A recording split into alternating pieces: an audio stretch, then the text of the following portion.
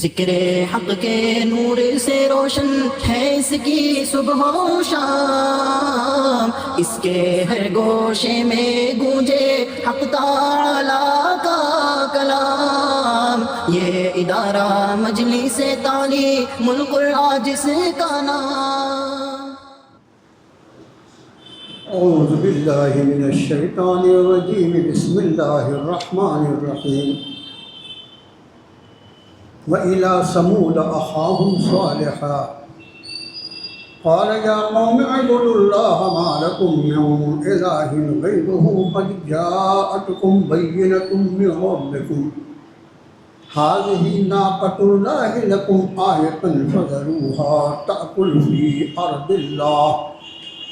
فِي أرض الله ولا تمسوها بسوء فيأخذكم عذاب أليم واذكروا إذ جعلكم خلفاء من بعد عاد وبوأكم في الأرض تتخذون من سهولها قصورا وتنحتون الجبال بيوتا فاذكروا آلاء الله ولا تعثوا في الأرض مفسدين قال الملأ الذين استكبروا من قومه للذين استضعفوا لمن آمن منهم أتعلمون أن صالحا مرسل من ربه قالوا إنا بما أرسل به مؤمنون قال الذين استكبروا إنا بالذي آمنتم به كافرون فعقروا الناقة وعتوا عن أمر ربهم وقالوا يا صالح ائتنا بما تعدنا إن كنت من المرسلين فأخذتهم الرجفة فأصبحوا في دارهم جاثمين فتولى عنهم وقال يا قوم لقد أبلغتكم رسالة ربي ونصحت لكم ولكن لا تحبون الناصحين ولوطا إذ قال لقومه أتأتون الفاحشة ما سبقكم بها من أحد من العالمين إنكم لتأتون الرجال شهوة من دون النساء بل أنتم قوم مسرفون وما كان جواب قومه إلا أن قالوا أخرجوهم من قريتكم إنهم أناس يتطهرون فأنجيناه وأهله إلا امرأته كانت من الغابرين وأمطرنا عليهم مطرا فانظر كيف كان عاقبة المجرمين صدق اللہ العظیم۔ آمنت بما انزل اللہ من کتاب، 12 آیتوں پر مشتمل سورۃ الاعراف کا 10واں رکوع ہے، جس میں رب نے ارشاد فرمایا اور سمود کے طرف انہیں کے بھائی صالح علیہ السلام کو بھیجا۔ انہوں نے فرمایا میرے قوم اللہ کی عبادت کرو، اس کے سوا تمہارا کوئی معبود نہیں ہے، اور تحقیق تمہارے پاس آ چکی ہے ایک دلیل تمہارے رب کی طرف سے، یہ اللہ کی اونٹنی ہے تمہارے لیے ایک نشانی، چھوڑ دو اسے کہ وہ کھائے اللہ کی زمین میں، اور تم اسے کسی برے ارادے سے چھونا بھی نہیں، ورنہ تمہیں عذاب علیم پکڑ لے۔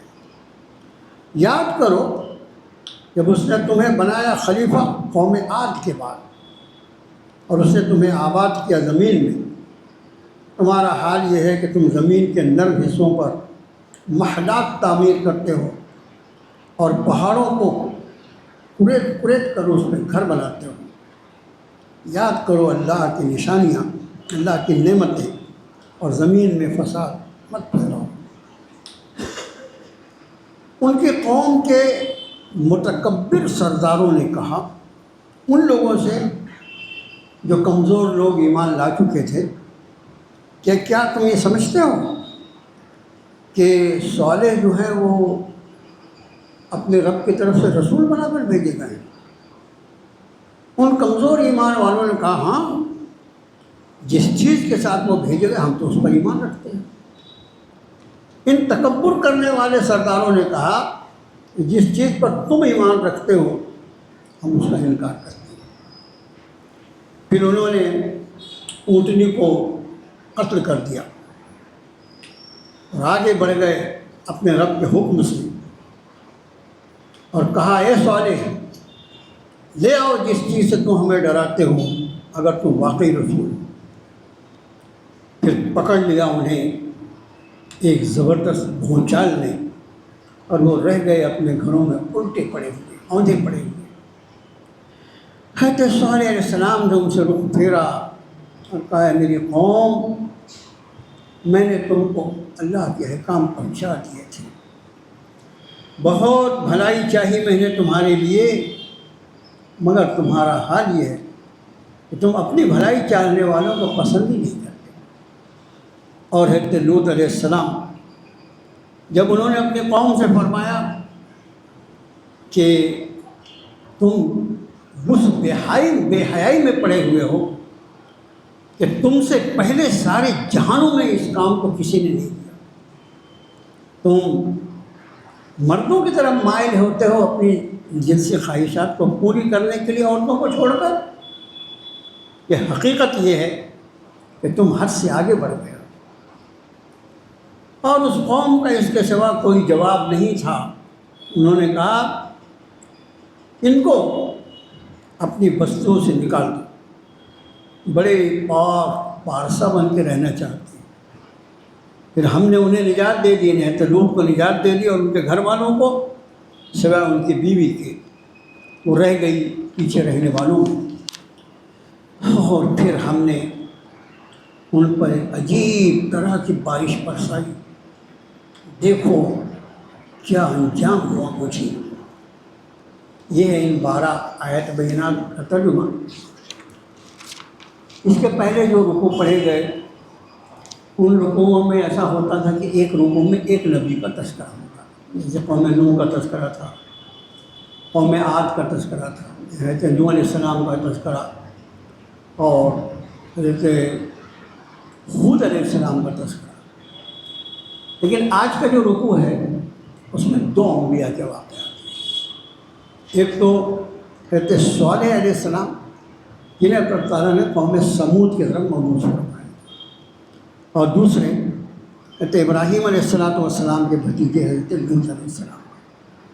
ان دونوں پیغمبروں کے واقعات قرآن شریف میں اور دوسرے مقامات پر بیان کیے گئے، جیسے سورہ شورى ہے، سورۃ الاعراف تو چلی رہی، سورہ شورى ہے اور دوسرے مقامات پر۔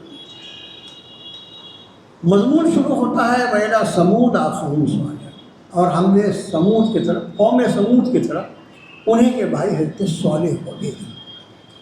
میں نے پچھلے درس میں بات عرض کی تھی کہ عاد اور سمود یہ دونوں ایک باپ کے 2 بیٹے ہیں،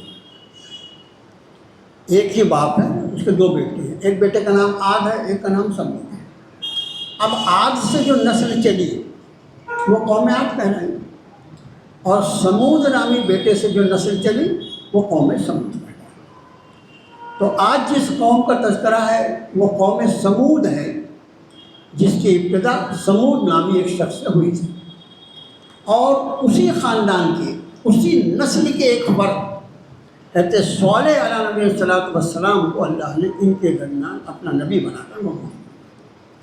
اس کے پہلے یہ بات عرض کی جا چکی ہے کہ اللہ کی سنت مبارکہ یہ ہے کہ جس قوم کی طرف نبی مبعوث فرماتے ہیں اسی قوم کے آدمی ہوتے ہیں، قوم ان کو جانتی ہے، پہچانتی ہے، وہ اسی قوم کی زبان بولتے ہیں، اس قوم کے فرد ہوتے ہیں، وہ قوم ان کے خاندان کو جانتی ہے۔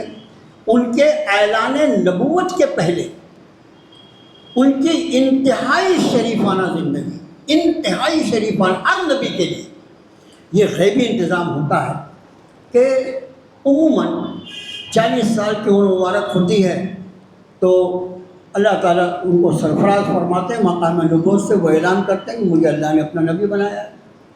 اور تمہارے ذمہ ہے میری اتباع کرنا۔ لیکن اس اعلان نبوت کے پہلے بھی ان کی پیدائش کے دن سے اللہ تعالیٰ اپنے نبیوں کی پرورش و پرداخت کے لیے غیبی انتظام رکھتے ہیں، اور وہ غیبی انتظام یہ ہوتا ہے کہ اس سماج میں جتنی برائیاں اور جتنے گناہ کے کام ہوتے ہیں ان سب سے اللہ تعالیٰ ان کو غیبی طور پر محفوظ رکھتے ہیں۔ اور اس کے بعد جب وہ دعوت کا اعلان کرتے ہیں، اپنی نبوت کا اعلان کرتے ہیں، تو آپ کسی بھی نبی کے امت کا یہ جواب کہیں نہیں دیکھیں گے، نہ قرآن میں نہ حدیث میں، کہ واہ صاحب آپ ایسی چیز کی دعوت دے رہے ہیں جس میں معاذ اللہ خود آپ کل تک کرتے تھے۔ ایسا نہیں ہوتا، ایسا بالکل نہیں ہوتا۔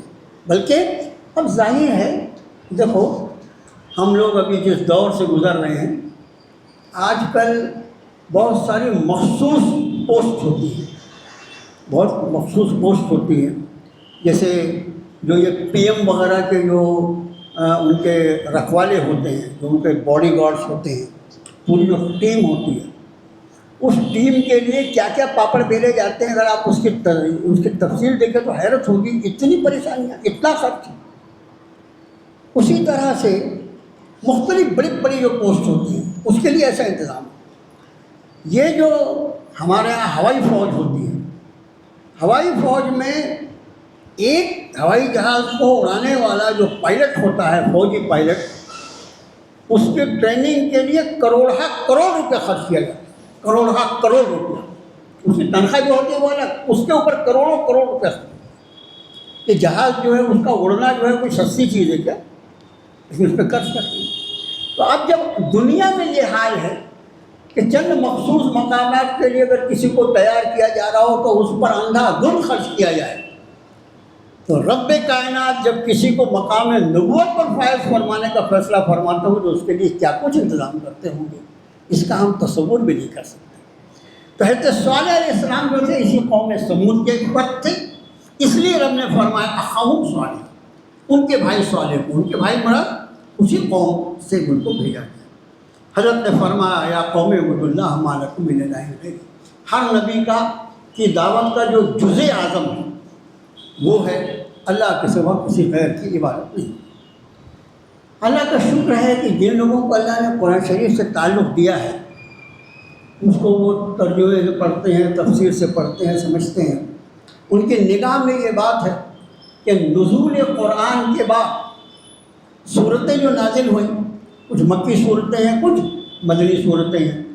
مکی صورتوں کا بہت بڑا حصہ جو صرف عقائد سے بحث ہے، اور وہ عقیدہ یہ ہے کہ ایک انسان اپنے عقیدے کو، اپنے ایمان کو، اپنے اعتقاد کو اپنے اللہ واحد کے ساتھ خالص کر دے۔ میرا ایک اللہ ہے، ایک ہی اللہ ہے، فقط ایک اللہ ہے، اور اس کا کوئی شریک نہیں، نہ اس کی ذات میں کوئی شریک ہے نہ اس کے صفات۔ اور سارے انبیاء کی دعوت کا جزء اعظم جو رہا وہ یہی رہا کہ ما لکم من الہ غیرہ، اللہ کے سوا تمہارا کوئی معبود نہیں ہے۔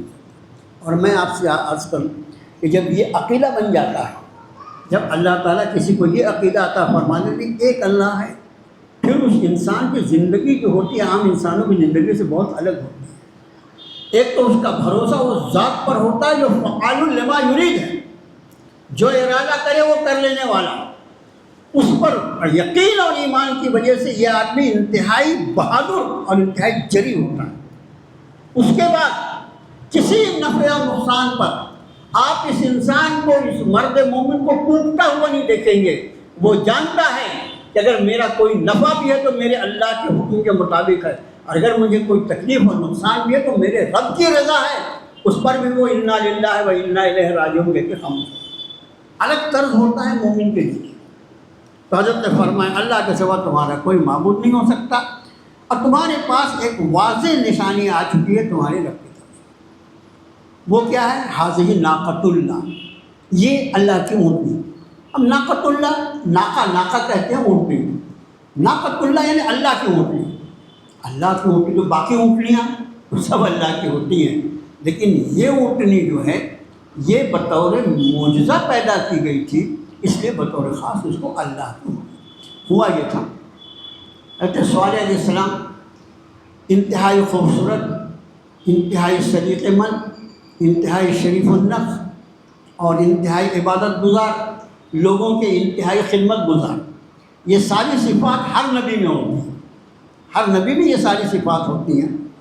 اور اس کے بعد انتہائی شریف النفس، جب اللہ نے مقام نبوت پر فائز فرمایا، نبوت کا اعلان کیا تو لوگوں کو دعوت دی۔ ان کی قوم بھی قوم عاد کی طرح بت پرستی میں مشغول تھی۔ اکثر و بیشتر قومیں دنیا میں جو شرک ہے، اس شرک کی بنیاد عموماً بت پرستی ہے۔ اب وہ بت کی شکل بدل سکتی ہے، جیسے آپ دیکھیے خود ہمارے ملک میں، ہم بہت وسیع و عریض ملک میں رہتے ہیں، اس کا ایک شمالی حصہ ہے، ایک جنوبی حصہ ہے۔ جنوب اور شمال کی جو الگ الگ بتوں کی جن کی پوجا کی جاتی ہے، آپ شمال میں ہند کے بتوں کو دیکھیں گے تو وہ قدرے خوبصورت رہتے ہیں، لیکن جنوبی ہند کے بتوں کو آپ دیکھیں گے نا تو دیکھ کے ڈر جائیں گے۔ عجیب بات ہے، عجیب بات، اس لیے کہ شرک جو ہوتا ہے اس کی کوئی بنیادی نہیں ہوتی۔ اور انما المشرکون نجس، مشرک جو رہتا ہے وہ سراپا گندگی اور غلاظت ہوتا ہے، اس کو عقل نام کی کوئی چیز ہی نہیں رہتی۔ تو بت پرستی، اب بت کی شکل کیسی ہے اور اس کی پرستش کی جاتی ہے، وہ طریقے الگ الگ ہوتے ہیں، اور کبھی کبھی تو بت کا رنگ بھی بدل جاتا ہے۔ خود ہمارے ملک میں اور بازو والا ملک اور بنگلہ دیش، یہ تین ملکوں کو پکڑ کر آپ دیکھیے نا کہ یہاں بہت سارے بت تو گیروے رنگ کے ہیں، ہرے بت بھی ہمارے بہت چلتے ہیں۔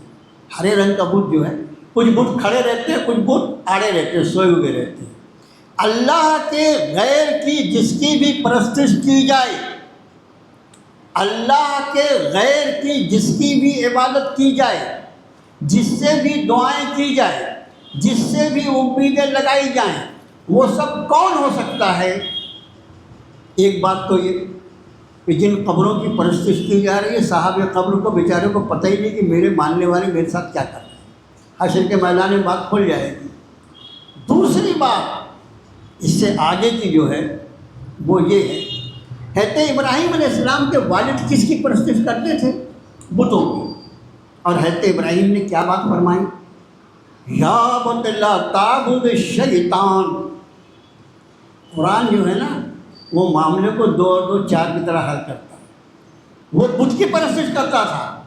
اس جب انہوں نے کہا کہ ابا جان اتتخذ اصناما آلہہ، ابا جان آپ یہ بتوں کو اپنا معبود سمجھتے ہیں، یہ بھی جملہ موجود ہے قرآن میں۔ اور اس کے بعد جب اس بت کی حقیقت بیان کرتے تو فرماتے ہیں کہ لا تعبد الشیطان، ابا جان شیطان کی بندگی مت۔ اس کا معنی اگر ایک شخص اللہ کی بارگاہ میں اپنا سر جھکاتا ہے تو وہ تو اس کے سارے سجدے اور ساری عبادتیں اللہ کے لیے، لیکن اگر اللہ کے غیر کسی اور آستانے پر اس کا سر جھکتا ہے تو اس آستانے کا نام کیا ہے، اس آستانے کی شکل کیا ہے، اس آستانے کی بت کی کیا طرز کیا ہے، ان سب کے ہٹ کر قرآن نے کہا یہ شیطان کی بندگی۔ حضرت نے فرمایا کہ دیکھو یہ اللہ کی اونٹنی ہے، یہ اونٹنی آئی کیسے؟ حضرت صالح علیہ السلام نے اپنی قوم کو دعوت دینا شروع کیا توحید کی اور رسالت کی۔ توحید کے ساتھ رسالت ضروری ہے۔ ایک اللہ کی بندگی کرو، میری اتباع کرو، میری پیروی کرو۔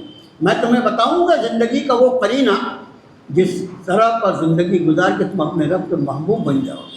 اللہ نے مجھے اپنا محبوب بنایا ہے، مجھے اللہ نے پسند فرما لیا ہے، مجھے مقام نبوت پر فائز فرمایا ہے، اس لیے تم اگر میری اتباع کرو گے تو تمہیں بھی اللہ تعالیٰ اپنا محبوب بنائے۔ قوم جیسی ہمیشہ کی عادت ہے، مخالفت کے بعد کبھی زبانی مخالفت، پھر مار پیٹ، پوری تحریک ان کے خلاف، جتنی تکلیفیں ہو سکتی تھیں، لیکن پیغمبر ہوتا ہے، پیغمبر ہوتا ہے، اس کی ایسی صفات ہوتی ہے کہ وہ صفت کسی دوسرے میں نہیں پائی جا سکتی۔ حضرت صالح علیہ السلام برس تک ان کو دعوت دیتے رہے، لیکن وہ نہ ماننا تھا نہ مانے۔ اب اتنے دن سے یہ حضرت دعوت دے رہے ہیں، ہمارے پیچھے پڑے ہوئے ہیں تو ایمان لاؤ، ایسا کرو نا، کوئی ایسی تدبیر کی جائے، ان سے کوئی ایسی چیز مانگی جائے جس کو یہ پیش نہ کر سکے۔ اس کے بعد جب بھی آئیں گے تو ہم بولیں گے ہم نے جو مانگا وہ تو آپ نے لائے نہیں، ابھی آپ ہم سے بات مت کرو، ابھی ہم کو دعوت مت دو۔ بہت زیادہ ان کے نزدیک انہوں نے ایک تدبیر سوچی اور سب نے مل کر حضرت صالح علیہ السلام نے کہا کہ دیکھو اتنے دن سے آپ ہم کو دعوت دے رہے ہو، ہماری سمجھ میں آتی نہیں آپ کی بات، اب آپ کہتے ہیں کہ آپ اللہ کے رسول ہیں، تو ہم آپ کو اللہ کا رسول ماننے کے لیے تیار ہیں، ایک شرط ہے، اور وہ یہ کہ آپ اگر واقعی اللہ کے رسول ہیں تو پھر تو اللہ کی بارگاہ میں آپ کی دعائیں قبول ہوتی ہوں گی۔ تو ایسا کریں گے، یہ جو پہاڑی ہے نا اپنے شہر کی، اس پہاڑی کی ایک چٹان سے ایک اونٹنی نکالنے کی آپ اللہ سے دعا کریں، اور وہ اونٹنی بھی گابن ہونا چاہیے، حاملہ اونٹنی۔ حضرت صالح علیہ السلام نے 2 رکعت نماز پڑھی، حدیث شریف میں آتا ہے 2 رکعت نماز پڑھی اور اللہ سے دعا کی، پروردگار تیرے بندوں کی یہ خواہش ہے کہ تو اس اونٹنی، اس پہاڑ میں سے اونٹنی برآمد فرما دے، یہ ایمان لائیں گے۔ اللہ کو خوب معلوم ہے کون ایمان لانے والا ہے، کون ایمان لانے والا ہے، لیکن پیغمبر کی دعا تھی، حضرت صالح نے ابھی دعا ان کی پوری بھی نہیں ہوئی تھی، تو وہ جو بڑی سی چٹان تھی وہ گڑگڑاہٹ کے ساتھ پھٹی اور اس میں سے اونٹنی برآمد۔ اب ظاہر ہے کہ یہ اونٹنی جو ہے، عام اونٹنی پیدا ہوتی ہے اپنی ماں اونٹنی کے پیٹ سے، اور یہ پیدا ہوئی ہے پتھر کے پیٹ سے، اس لیے اس کو ناقۃ اللہ کہا کہ اللہ کی خاص اونٹنی ہے۔ اب جب یہ اونٹنی آ گئی تو ان کو اپنے وعدے کے مطابق ایمان لانا چاہیے تھا، لیکن میرے بھائیوں ایمان اور ہدایت اللہ کے دستے کی طرف، اور یہ اللہ کی سب سے بڑی عطا ہے، سب سے بڑی نعمت اگر کوئی ہے تو ایمان، وہ اللہ جس کو عطا فرما دے، اس سے بڑی کوئی نعمت نہیں، وہ ایمان نہیں لائے۔ اب اس کے بعد یہ اونٹنی جو تھی، جو کہ معجزاتی طور پر آئی تھی، تو اس کی حرکتیں بھی اور اس کا معاملہ بھی سب عجیب تھا۔ وہ جب پانی پینے کے گھاٹ پہ جاتی تو پورا پانی ایک سانس میں پی جاتی تھی، اور ان کے باقی جانور جو خالی منہ دیکھتے رہ جاتے تھے۔ اچھا، دیکھنے میں اتنی بھیانک تھی اور اتنی پرروپ تھی کہ جدھر سے گزرتی وہاں سے ان کے جانور ان کو دیکھ کے بھاگ کھڑے ہوتے۔ یہ ناقۃ اللہ کی اونٹنی ہے۔ حضرت صالح علیہ السلام کے پاس وہ لوگ آئے، بولے کیا اونٹنی ہے تمہاری جو پانی پیتے پورا پی جاتی ہے، ہمارے جانور کیا کریں گے؟ حضرت نے فرمایا اتنا جھگڑا مت کرو، ہم طے کر دیتے ہیں ایک دن تم اپنے جانوروں کو پانی پلایا کرو، ہم اس دن اونٹنی کو نہیں آنے دیں گے ادھر، لیکن دوسرے دن ہماری اونٹنی پانی پیے گی، اس سے تمہارے جانور نہیں آنے۔ انہوں نے کہا ٹھیک ہے۔ اسی کو قرآن شریف نے کہا کہ وقال له رسول اللہ ناقۃ اللہ وسقیاھا، جب اللہ کے رسول یعنی کہ صالح علیہ السلام نے فرمایا دیکھو یہ اللہ کی اونٹنی ہے اور اس کے پانی پینے کا باری ہے، سقیاھا۔ لیکن مفسرین فرماتے ہیں احادیث مبارکہ کی روشنی میں کہ اللہ نے یہ بات بھی رکھی تھی کہ جس دن وہ اونٹنی پورا پانی پی جاتی تھی، پانی بچے ہی نہیں کسی کے لیے، تو پھر اس دن وہ اونٹنی اتنا دودھ دیتی تھی کہ قوم کے جو سارے لوگ تھے ان کے برتن دودھ سے بھر جاتے تھے، پانی کی بجائے دودھ پیو۔ لیکن شیطان جو ہے وہ بھی بہت ہی چالاک چیز ہے، اللہ ہی جس کو اس کے مکر و فریب سے بچائے بس وہی بچ سکتا ہے، اس لیے کہ ایک تو یہ دشمن دکھائی نہیں دیتا، دوسرے اس کو طاقت اتنی ہے کہ حدیث شریف میں آپ نے فرمایا انسان کے خون کے ساتھ وہ جسم میں گردش کرتا ہے، اتنا پہنچ ہے اس میں، تو اس نے اپنے داؤ چلایا۔ اور میرے بھائیوں، دنیا میں فتنے اور فساد برپا کرنے کی جو چند بنیادی چیزیں ہیں، جیسے اس میں ایک مال ہے، مال کے لیے آدمی کیا کیا کرنے پر آمادہ ہو جائے، حرام حلال بھول جاتا ہے۔ اسی طرح اللہ معاف فرمائے عورت کا حسن و جمال، اور پھر اس سے عشق اور اس پر بری نگاہ ڈالنا اور غلط طریقے پر اپنی نفسانی خواہشات کو پورے کرنا، یہ بھی ایک بہت بڑا فتنہ ہے۔ تو وہاں پہ کچھ ایک عورت تھی اور اس کی ایک جوان لڑکی تھی، اس کو قوم نے استعمال کیا اور اس نے یہ کہا کہ بھئی تم لوگ میرے حسن پر تو فریفتہ ہو، اگر کوئی چاہتا ہے کہ میں اس کو اپنے پاس آنے دوں تو اس کے لیے یہ ضروری ہے کہ تم وہ مغنی کو قتل کرو، جو قتل کرے گا میں اس کی۔ اب پھر شہر میں کیا ہوا ہوگا، انہوں نے 2 لوگ یعنی مل کر پروگرام بنایا، اونٹنی ایک طرف سے گزر رہی تھی، ایک نے اس پر تیر چلایا، تیر بہت زوردار لگا اونٹنی کو اور اونٹنی گر پڑی اور جا کے اس کو قتل کر دیا۔ قرآن نے فرمایا فَعَقَرُوهَا اسے قتل کر دیا۔ وَدَمْدَمَ عَلَيْهِمْ رَبُّهُمْ بِذَنبِهِمْ فَسَوَّاهَا، پھر اللہ نے ان کو ان کے گناہوں کے سبب برابر کر دیا. وَلَا يَخَافُ عُقْبَاهَا، اور اللہ کو کوئی پرواہ نہیں اس کے نتیجے کی، جس کے ساتھ جو چاہتا ہے وہ کرتا ہے. اب جب انہوں نے اس اونٹنی کو قتل کر دیا تو حضرت صالح علیہ السلام نے سمجھ لیا کہ اب ان پر عذاب آئے بغیر نہیں رہے. ان سے کہا دیکھو تم نے ایک مرتبہ وعدہ خلافی کی، اونٹنی تم نے مانگا تھا، اللہ نے تم کو اونٹنی دے دی پہاڑ میں سے، تم نے ایمان نہیں لایا. پھر اللہ کا حکم تھا کہ اس اونٹنی کو ہاتھ مت لگاؤ، تم نے قتل کر دیا. اب تمہاری شامت آ گئی. اب یہ ہوگا کہ تم 3 دن 3 ایام قرآن کے الفاظ ہیں، وعد غیر مکذوب، یہ ایسا وعدہ ہے جو جھوٹا ہونے والا نہیں. تمتعوا فی دارکم 3 ایام، تم اپنے گھروں میں 3 دن فائدہ اٹھا لو، ایسا وعدہ ہے کہ اب یہ جھوٹا ہونے والا نہیں. اور یہ 3 دن کی میں تم کو علامتیں بتاتا ہوں. پہلا دن جو ہوگا کل تم سب کے چہرے پیلے پڑ جائیں گے. اس کے بعد پرسوں تم سب کے چہرے لال ہو جائیں گے. اور اس کے تیسرے دن تم سب کے چہرے کالے پڑ جائیں گے، اور وہ تمہاری زندگی کا آخری. حیرت کی بات ہے اس قوم کو اللہ نے کتنی سہولت اور کتنا موقع دیا. پیغمبر وقت نے جو بات فرمائی تھی سیدنا صالح علیہ السلام نے، ایسا ہی ہوا کہ اگلے دن ساری قوم جو تھی وہ پیلی پڑ گئی. اب مجھے بتائیے اتنی بڑی نشانی کے آنے کے بعد بھی ان کو توبہ کی توفیق دی. پھر پیغمبر نے کہا ہے کہ کل سے تم پر عذاب شروع ہوگا اور تمہارے چہرے پیلے پڑ جائیں گے. ساری کی ساری قوم، سارے مرد، ساری عورت، سارے بچے، سارے بوڑھے، سارے جوان، سب کے چہرے پیلے ہو گئے. سب ایک دوسرے کو دیکھ رہے ہیں، لیکن اس کے بعد بھی اللہ کی طرف رجوع ہونے کو تیار نہیں. پھر اگلے دن ان کے چہرے سرخ ہو گئے، تیسرے دن کالے پڑ گئے. اور اس کے بعد اللہ کا حکم آیا. قرآن شریف میں نے اس پورے رکوع کو اختصار کے ساتھ آپ کو سامنے بیان کرنے کی کوشش کی بجائے آیتیں پڑھنے. فرمایا کہ فَعَقَرُوا النَّاقَةَ، انہوں نے اونٹنی کو قتل کر دیا. وَعَتَوْا عَنْ أَمْرِ رَبِّهِمْ، اور اپنے رب کے حکم سے آگے بڑھے، توڑ ڈالا ان کو. وَقَالُوا يَا صَالِحُ ائْتِنَا بِمَا تَعِدُنَا إِن كُنتَ مِنَ الْمُرْسَلِينَ، صالح لا وہ چیز جس کا تم بہت ہم کو ڈراتے ہو اگر تم سچے رسول ہو.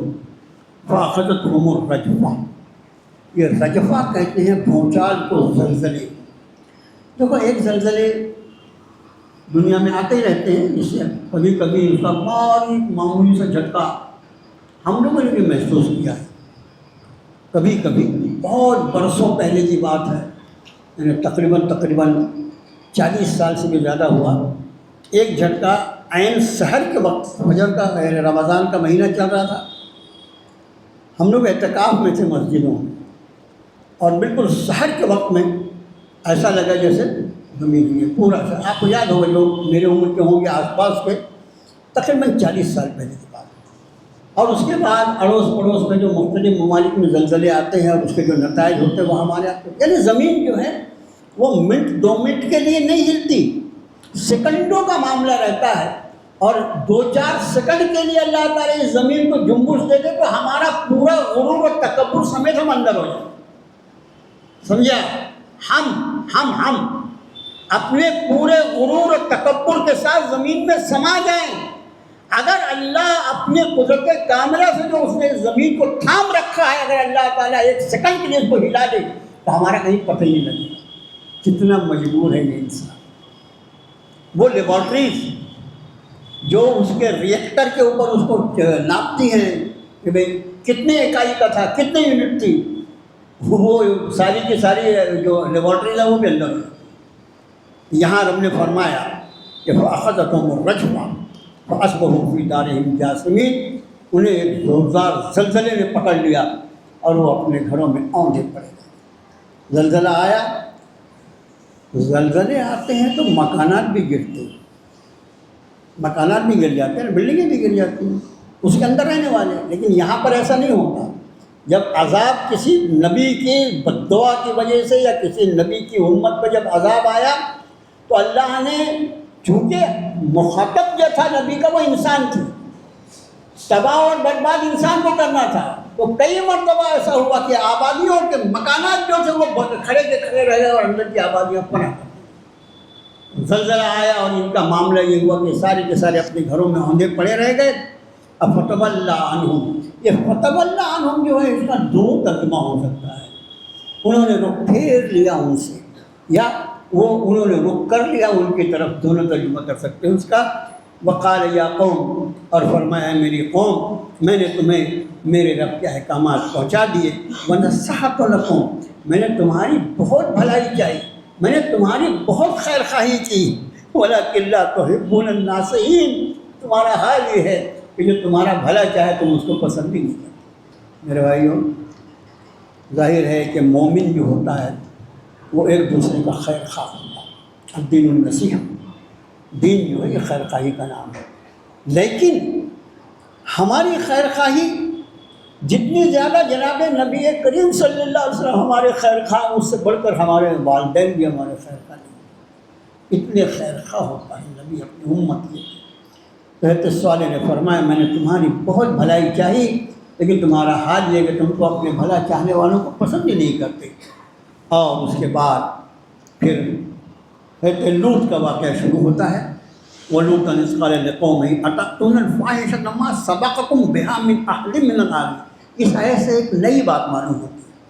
جب حضرت لوط نے اپنی قوم سے فرمایا کہ کیا تم اس بے حیائی کا کام کرتے ہو کہ جس کو تم سے پہلے سارے جہانوں میں کسی نے نہیں کیا۔ اس کا مطلب یہ فعل قوم لوط، یہ لفظ یاد رکھنا، یہ لفظ یاد رکھنا، فعل قوم لوط، قوم لوط کا بدعملی جو ہے یہ وہ عمل ہے کہ اس کے پہلے انسانیت میں کسی نے اس جرم کو نہیں کیا۔ گویا یہ وہ گناہ ہے جس کی ابتدا جو ہوئی وہ قوم لوط نے ہی شروع ہوئی۔ اب اس کے بعد حضرت نے فرمایا انکم لتاتون الرجال شہوۃ من دون النساء، عورتوں کو چھوڑ کر اپنی خواہشات آدمیوں کے ساتھ پورے کرتے ہو۔ بل انتم قوم مسرفون، تم تو حد سے گزر جانے والے ہو، بہت آگے بڑھ گئے۔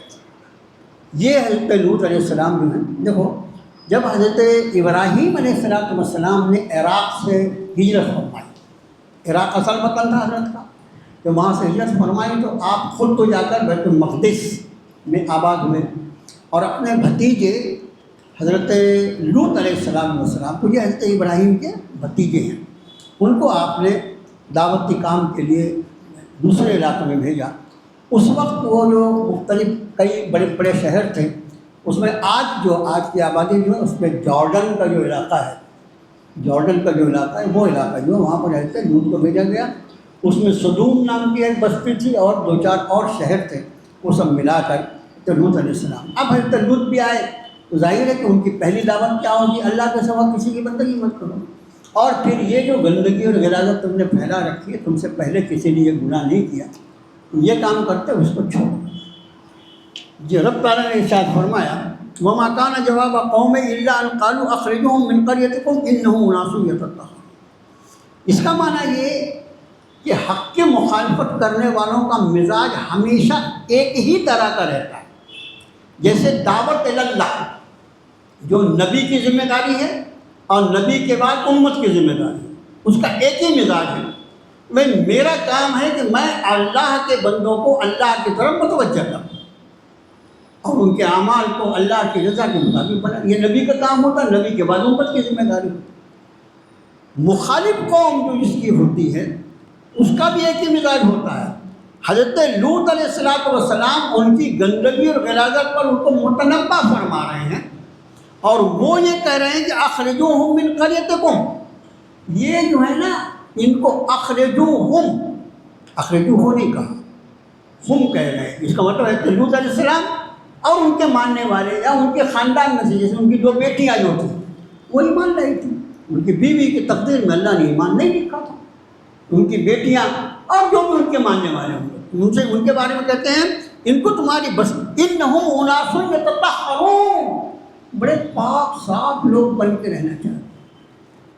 آج ہمارے معاشرے میں جو برائیاں وہ عام ہیں، عام برائیاں، ان برائیوں میں جیسے ایک برائی آپ برا نہ مانیں، اور اس برائی کی بڑی وجہ جو ہے یہاں کے قوانین ہیں، وہ ہے الیکٹرک چوری، الیکٹرک چوری۔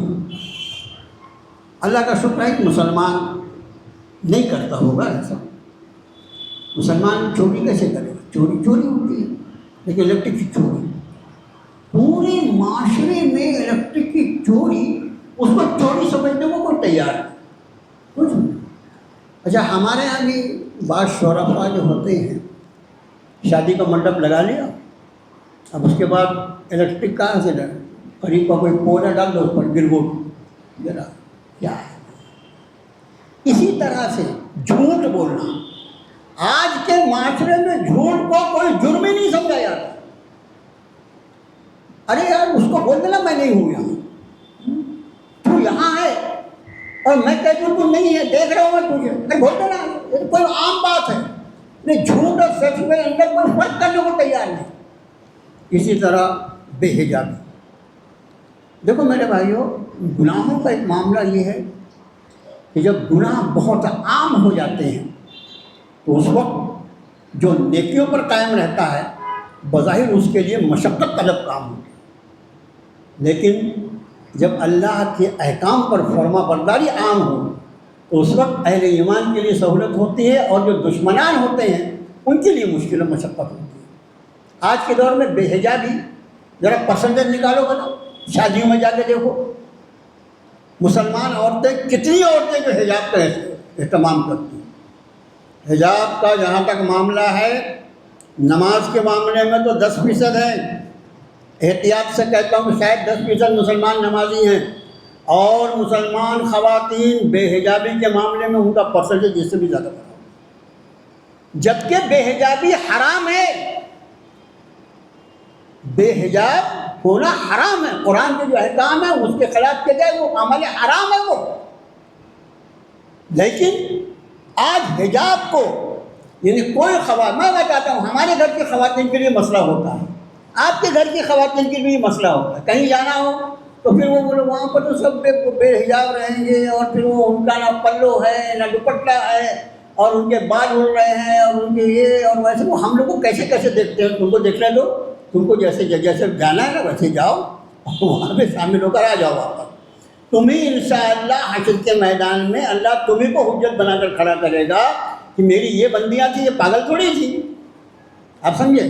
تو گناہ جب عام ہو جاتے ہیں، گناہ جب عام ہو جاتے ہیں تو اس وقت ایک ایسے حالات آتے ہیں کہ آدمی گناہ کو گناہ سمجھنے کو بھی تیار نہیں۔ یہاں پر یہ تھا کہ انہوں نے کہا یہ بڑے پاک صاف بن کے، آج بھی آپ دیکھو، آپ کسی محلے میں کسی ایسی بات پر سب تو کر رہے بڑے آپ ہی بنے۔ ہمارے یہاں جیسے عام طور سے مسلم علاقوں میں خاص طور سے اپنا مجمع، یہاں میں باہر کی جلسے میں یہ بات نہیں بول سکتا، وہ بولتا بھی نہیں، لیکن آپ اپنے ہیں، ہمارے یہاں فٹ پاتھوں کو نگل جانا، وہ حصہ جو لوگوں کے چلنے کے لیے بنا کے اس پر دکان لگا کے بیٹھ جانا، ہمارے آبادی میں جتنا ہوتا ہے غیروں کی آبادی میں نہیں ہوتا۔ آپ صرف مومن پورا کیوں دیکھتے ہیں؟ بھنڈی بازار کو دیکھو، بھنڈی بازار میں ہے کہ فٹ پاتھ نام کی کوئی چیز ہے؟ فٹ پاتھ نام کی کوئی چیز میں نے 3 سال گزارا ہے بامبے میں، میری ضرور میں ہی تھی۔ جتنے مسلم علاقے ہیں ہضم کر گیا پوری جو پوری فٹ پاتھ، بیٹھ گیا اس پر ناک کے جیسا، اور آپ آئے بھائی یہ فٹ پاتھ ہے، اللہ تعالیٰ کیا جواب دینا پڑے گا، یہ لوگوں کے حق پر تم نے ڈاکہ ڈالا، کیا بولے زیادہ شرافت بتانا نہیں، چل اپنے مدد لے کے جا اپنا دین اور اپنا ایمان۔ ہم تو یہاں ہماری روزی روٹی، میرے دادا بھی کماتے تھے، میرے ابا بھی، میں بھی کما رہا ہوں، میری نسلیں بھی نہیں۔ جب گناہ عام ہوتے ہیں تو یہ حال ہوتا ہے۔ تو انہوں نے کہا یہ بڑے پاک صاف بن کر رہنا چاہتے ہیں، فَأَنْجَيْنَاهُ وَأَهْلَهُ إِلَّا امْرَأَتَهُ، پھر ہم نے بچا لیا انہیں اور ان کے ماننے والوں کو سوائے ان کی بیوی کے، كَانَتْ مِنَ الْغَابِرِينَ، وہ پیچھے رہ جانے والوں میں رہ گئی۔ وَأَمْطَرْنَا عَلَيْهِمْ مَطَرًا، اور ہم نے برسائی ان پر ایک خاص بارش۔ یہ بارش کیا کی تھی؟ بارش پانی کی رہتی ہے نا، یہ بارش پتھروں کی۔ اس قوم پر، قوم لوط پر کئی عذاب اکٹھے کر دیے۔ پہلے ایک زوردار چیخ، زلزلے کی کیفیت، زمین کے اس حصے کو جہاں وہ آباد تھے جبریل نے اپنے پر اٹھا کر اس کو آسمان کی بلندیوں سے لے کر نیچے چھوڑ دیا، اور پھر اس پر پتھر کی بارش، وَأَمْطَرْنَا عَلَيْهِمْ مَطَرًا، ہم نے ان پر بارش کی۔ قرآن نے فرمایا سورہ ہود میں فَلَمَّا جَاءَ أَمْرُنَا، جب ہمارا حکم آ گیا جعلنا عَلَيْهَا سَافِلَهَا، ہم نے اس بستی کے اوپر والے حصے کو نیچے کر دیا۔ یہ جو یہاں ہم بیٹھے اس کو الٹ دیا جائے تو کیا ہوگا؟ کیا ہوگا؟ زمین اوپر چل جائے گی، ہم کہاں جائیں گے؟ ہم کہاں رہیں گے؟